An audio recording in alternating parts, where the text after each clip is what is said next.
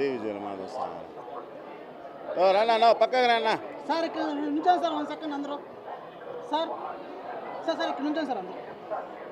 ఇంకా madam madam madam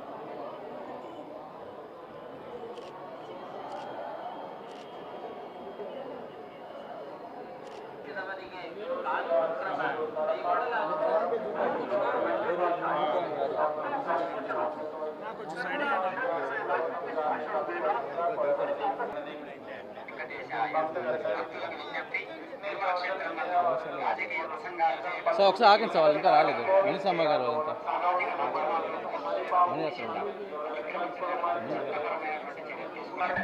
sir నడుచుకుంటూ sir అంటే కలిసి వచ్చాను సార్ అందరం.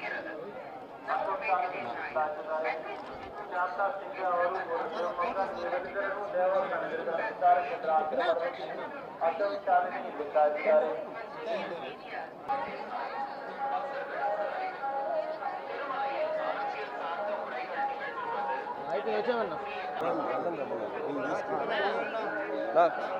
మనిషి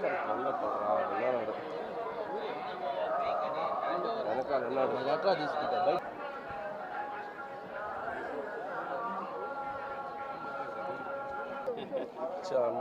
మేమందరం మా చిత్రం చెన్నై లవ్ స్టోరీ రిలీజ్ అవుతుందో స్వామివారి ఆశీస్సులు తీసుకోవాలని వచ్చి నిన్న ఇక్కడ ఫంక్షన్ జరుపుకుని మా ప్రమోషన్స్ అన్నిటినీ ఇక్కడ నుంచి స్టార్ట్ చేశాం. Happy for that.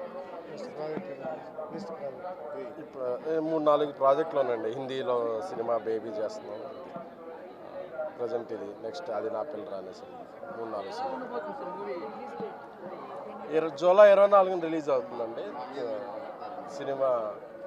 మళ్ళీ బేబీని మించి ఉంటుందని గట్టి నమ్మకం. అందరికి నమస్కారం. ఇవాళ పొద్దున నిజంగా చాలా మంచి దర్శనం అయింది. నిన్న తిరుపతిలో కింద ఒక మంచి ఈవెంట్ చేసుకొని మా సినిమాలో మూడో పాట రిలీజ్ చేసుకొని స్వామివారి ఆశీస్సులు తీసుకుందామని మేమంతా వచ్చాము. సో జూలై 24వ తేదీన మా సినిమా రిలీజ్ అవ్వబోతుంది. సో మీ స్వామివారి బ్లెస్సింగ్స్తో పాటు మీ అందరి సపోర్ట్ కూడా మాకు చాలా ఇంపార్టెంట్. Thank you. అందరికీ నమస్కారం అండి. స్వామివారి దర్శనం చాలా బాగా జరిగింది. ఆ చెన్నై లవ్ స్టోరీ టీం మొత్తం నిన్న తిరుపతికి వచ్చాం మా సాంగ్ లాంచ్ చేయడానికి.